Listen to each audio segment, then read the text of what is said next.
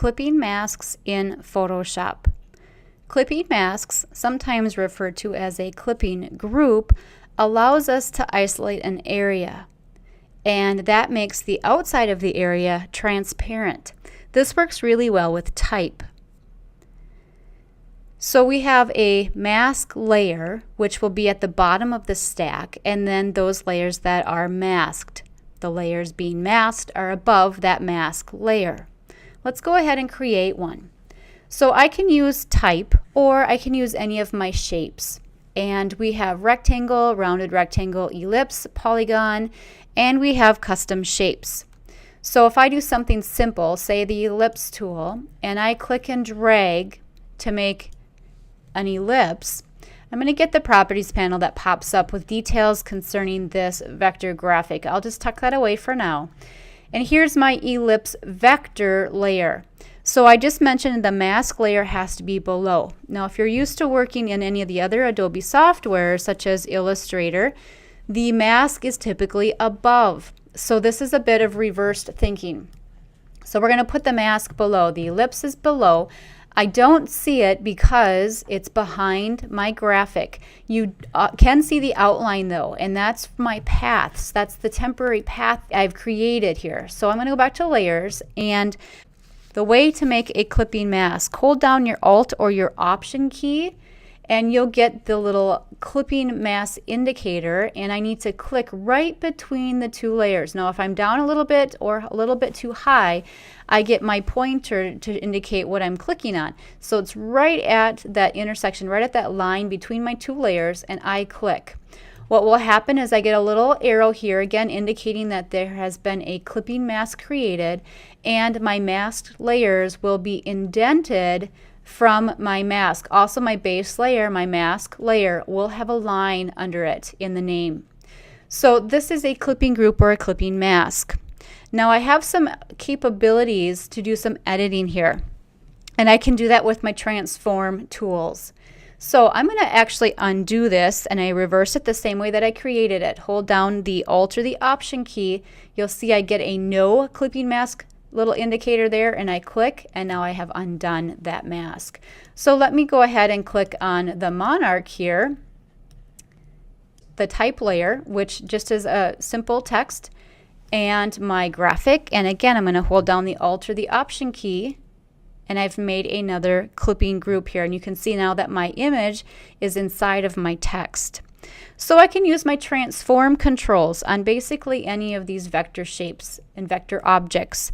So I can do that by going under my edit menu and locating transform.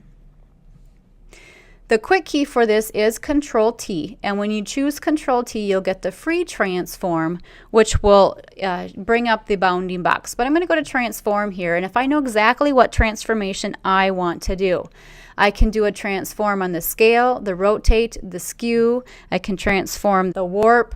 I can rotate these objects or flip them. So let's just go ahead and do a scale here. Here's my bounding box. The bounding box is displayed around the object when a transform command is selected. And I get handles. These handles allow me to modify this transformation. And to modify, I just simply click and drag. Now if I want to constrain the proportions, I need to hold down my Shift key so that I am scaling this in proportion. If I don't, I can stretch it in all different ways. So that's the handles on that bounding box. I also have a reference point, and this is the point here in the middle. You can see indicated by a little target. I just moved it. This is movable, and this is the point in which Photoshop believes to be the center, and I can change this, like I mentioned, by dragging it. So if I wanted to do a rotation, I could rotate it amongst that point. So this is the point of origin, the reference point of my transformations, the point around which that transformation command takes place. Now if I'm happy with what I've done in my transformation, I can go to the top here and I can accept it with the check mark. That's the commit button.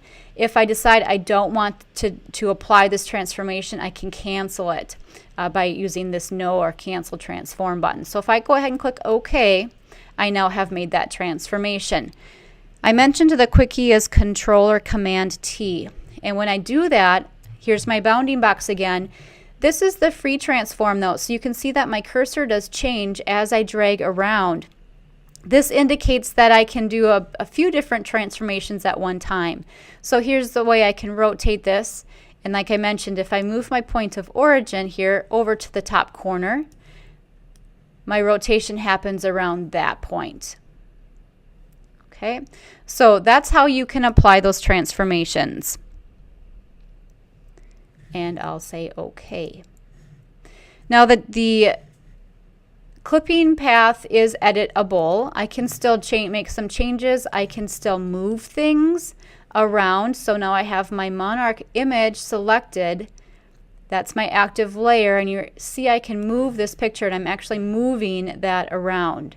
So you can adjust how your image is filling in on that clipping mask. So clipping masks in Photoshop, probably the best application is with type, but basically it's where you have a mask layer and then those layers that are being masked.